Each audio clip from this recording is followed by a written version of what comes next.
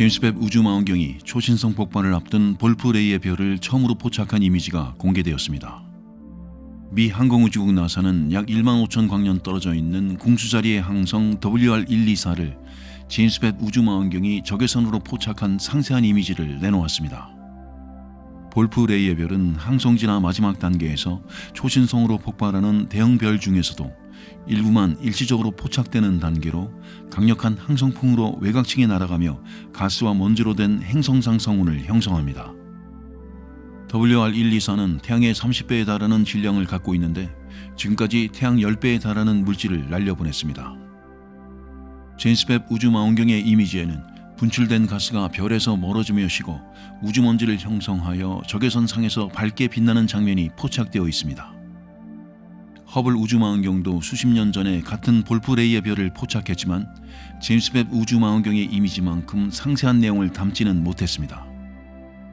이번 제임스 웹 우주망원경의 이미지는 적외선 영역에서 가장 잘 관측되는 우주먼지를 상세히 연구할 새로운 가능성을 열어놓은 것으로 제시되었습니다. 우주먼지는 별과 행성을 만들고 생명체의 토대가 되는 등 우주가 작동하는 데 없어서는 안 될 필수적인 요소입니다. 하지만 현재의 먼지 형성 이론으로 설명할 수 있는 것 이상의 우주먼지가 존재하고 있어서 여전히 미스터리가 남아 있습니다. 제임스 웹 우주망원경에 장착된 근적외선 카메라는 WR124 중심의 밝기와 주변을 둘러싼 희미한 가스안의 상황 간의 균형을 잡아주는 역할을 했습니다. 또 중적외선 장비는 별에서 방출되어 주변을 둘러싸고 있는 가스와 먼지 성운의 덩어리 구조를 드러내 주었습니다.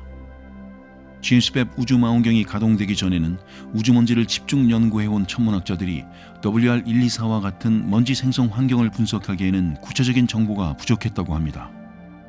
먼지 알갱이가 초신성 폭발을 견딜 만큼 크고 풍부해서 전체적인 우주먼지 생산에 기여하는지도 알 수 없었는데 이제는 제임스 웹 우주망원경 이미지를 통해 실질적인 자료를 갖고 연구를 진행할 수 있게 되었다고 나사는 밝혔습니다.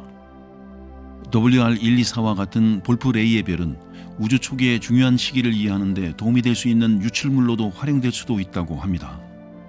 볼프레이의 별과 같은 죽어가는 별이 항성 안에서 생성한 무거운 원소를 초기 우주에 쏟아내어 씨앗이 됨으로써 오늘날 지구를 비롯한 천체에 흔하게 되었다는 것입니다. 나사는 제임스 웹 우주망원경이 포착한 WR124의 상세한 이미지가 격동의 짧은 순간을 영원히 기록하고 우주먼지의 미스터리를 걷어낼 수 있는 미래의 발견을 약속하는 것이라고 했습니다.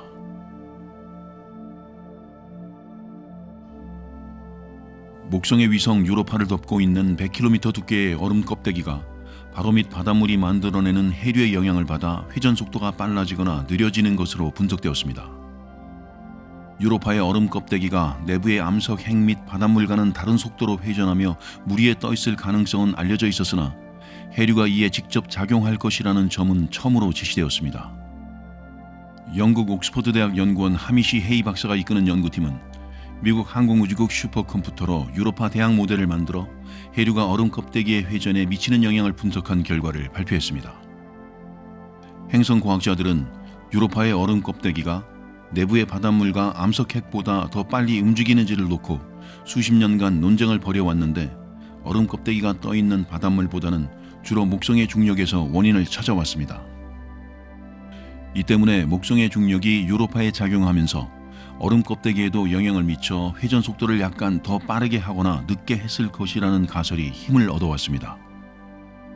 하지만 연구팀은 해류가 얼음 껍데기의 회전 속도에 영향을 미칠 만큼 강력하며 얼음 표면에서 볼 수 있는 균열이나 능선 등도 해류가 얼음 껍데기를 밀거나 당기는 과정에서 형성될 수 있다고 제시했습니다.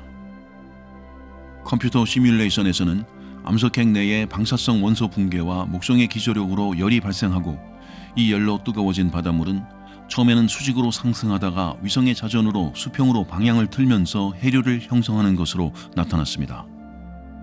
이 해류가 빨라지면 수평력이 작용하여 얼음 껍데기의 회전 속도를 가속하거나 늦추는데 내비열에 따라 해류 양상도 바뀌며 회전 속도에 영향을 주는 것으로 분석되었습니다. 연구팀은 내년에 발사되는 탐사선 유로파 클리퍼가 2030년쯤 목성 궤도에 진입하여 유로파에 약 50차례 근접 비행하면 얼음 껍데기의 회전 속도를 정확히 파악할 수 있을 것으로 기대했습니다. 유로파 클리퍼가 촬영한 얼음 표면의 특정 지형을 갈릴레오와 보이저 호등이 포착한 것과 비교하면 회전 속도를 알 수 있다는 것입니다. 유로파 클리퍼는 두꺼운 얼음 밑에 대항해 생명체가 서식할 수 있는 조건을 갖추고 있는지를 파악하는 데 탐사 목표를 두고 있습니다. 나사의 제트 추진 연구소의 유로파 클리퍼 프로젝트 과학자 로버트 파팔라르도는 대항 순환 과정에서 발생한 것이 얼음 껍데기에 영향을 미치기에 충분할 것이라는 점은 전혀 예상하지 못했다면서 유로파 표면의 균열과 능선이 해양 순환과 연결되어 있을 수 있다는 것도 지질학자들이 평소에 갖는 생각과는 다른 것이라고 했습니다.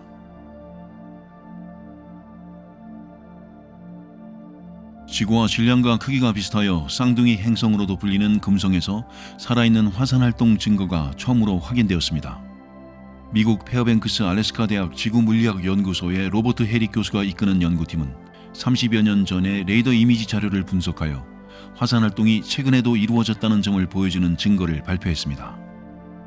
연구팀은 나사 금성 탐사선 마젤란호가 1991년에 8개월 시차를 두고 포착한 레이더 이미지에서 마그마나 화산 분출물이 지표로 흘러나오는 통로인 화도의 크기와 형태가 변한 것을 찾아냈습니다. 여기서 화도란 땅속에서 화구로 통하는 화산 분출물의 통로를 말합니다. 이 화도는 적도 인근의 고원지대인 아틀라 레지오 안에 있는 두 개의 화산 중 마트몬스에서 확인되었습니다.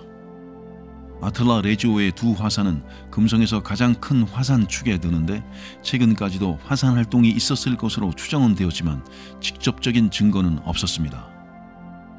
연구팀은 마젤란호가 2023년 2월에 포착한 마트몬스의 화도가 약 2.2 제곱킬로미터로 원형에 가까웠지만 8개월 뒤에 잡힌 이미지에서는 크기가 2배로 커지고 원형 모양도 깨진 것을 확인했습니다. 또 용암이 굳었는지의 여부까지 확인할 수는 없었지만 화도 가장자리까지 용암으로 채워져 화도 안에 용암 호수가 형성된 것으로 추정했습니다. 연구팀은 화도 컴퓨터 모델을 만들어 산사태나 지진 등 다양한 지질학적 상황을 실험한 결과 화산 분출만이 이런 변화를 만들어낼 수 있다는 결론을 얻었다고 합니다. 연구팀은 마트몬스가 지난 2018년 하와이 킬라우에와 화산 폭발과 비슷한 양의 용암을 분출한 것으로 추정했습니다. 헤릭 교수는 금성이 적어도 1년에 몇 차례 분출이 이루어진다는 점에서 화산 활동이 진행 중이라고 말할 수 있게 되었다면서 앞으로 이루어질 금성 탐사에서 새로운 화산 분출을 볼 수 있을 것으로 기대할 수 있다고 했습니다. 연구팀은 해상도가 낮은 30여 년 전의 레이더 이미지를 분석하느라 애를 먹었는데 앞으로 10년 안에 새로운 금성 탐사선 베리타스가 발사되면 좀 더 확실한 증거를 확보할 수 있을 것이라고 했습니다. 베리타스는 첨단 전천후 영상 레이더로 3차원 지도를 만들고 근적외선 분광기를 활용하여 두꺼운 구름에 가려져 있는 금성의 지형은 물론 내부 구조도 파악할 수 있습니다. 이를 통해 지구와 비슷한 질량과 크기를 갖고도 납도 녹일 만큼 뜨겁고 혹독한 환경을 갖게 된 과정에 대한 단서도 얻을 수 있을 것으로 기대되고 있습니다. 베리타스 과학팀에 참여 중인 툴레인 대학의 제니퍼 휘튼 교수는 금성은 수수께끼 같은 세계로 마젤란호는 많은 가능성을 제시해줬다면서 불과 30년 전에 화산 분출이 있었다는 점을 확신하게 되었는데 이는 베리타스가 하게 될 엄청난 발견의 작은 예고편이라고 했습니다. 금성만큼 밝은 혜성이 2024년 가을 8만 년 만에 다시 지구를 찾습니다. C/2023A3으로 명명된 혜성이 현재 시속 28만 9,947km로 지구에 접근하고 있습니다. 천문학자들은 이변이 없다면 내년 10월에 이 혜성을 맨눈으로 관찰할 수 있을 것으로 보고 있습니다. C/2023A3의 밝기는 -0.7에서 -5 등급이 될 것으로 예상됩니다. 밝기 등급은 숫자가 작을수록 더 밝은데 태양 -26.7, 금성 -3.95, 목성 -2.14, 그리고 해왕성이 7.96입니다. 천문학자들은 이 혜성이 달을 제외하고 밤하늘에서 가장 밝은 행성인 금성보다도 더 밝게 빛날 수 있을 것으로 내다보았습니다. 이 혜성은 지난달 초 약 5만 년 만에 지구와 가장 가까운 지점을 통과한 밝기 등급 4.6의 GTF 혜성보다 훨씬 더 밝을 것으로 보고 있습니다. 우크라이나 천문학 잡지 더 유니버스 우주기술은 C/2023A3이 GTF보다 약 100배, 2020년 7월 지구에 접근한 혜성 C/2020 F3보다 6배나 더 밝을 것으로 추정했습니다. C/2023 A3은 지난 2023년 2월 22일 미 항공우주국 나사가 후원하는 하와이 대학 천문학 연구소의 소행성 충돌 최종 경보 시스템에 의해 포착되었습니다. 천문학자들은 이 혜성이 지구로부터 지구와 태양 거리인 1억 5천만 킬로미터의 0.5배인 7,500만 킬로미터 정도 떨어져 통과할 것으로 보고 있어서 지구와 충돌하는 등 위협이 되지는 않을 것으로 예상합니다.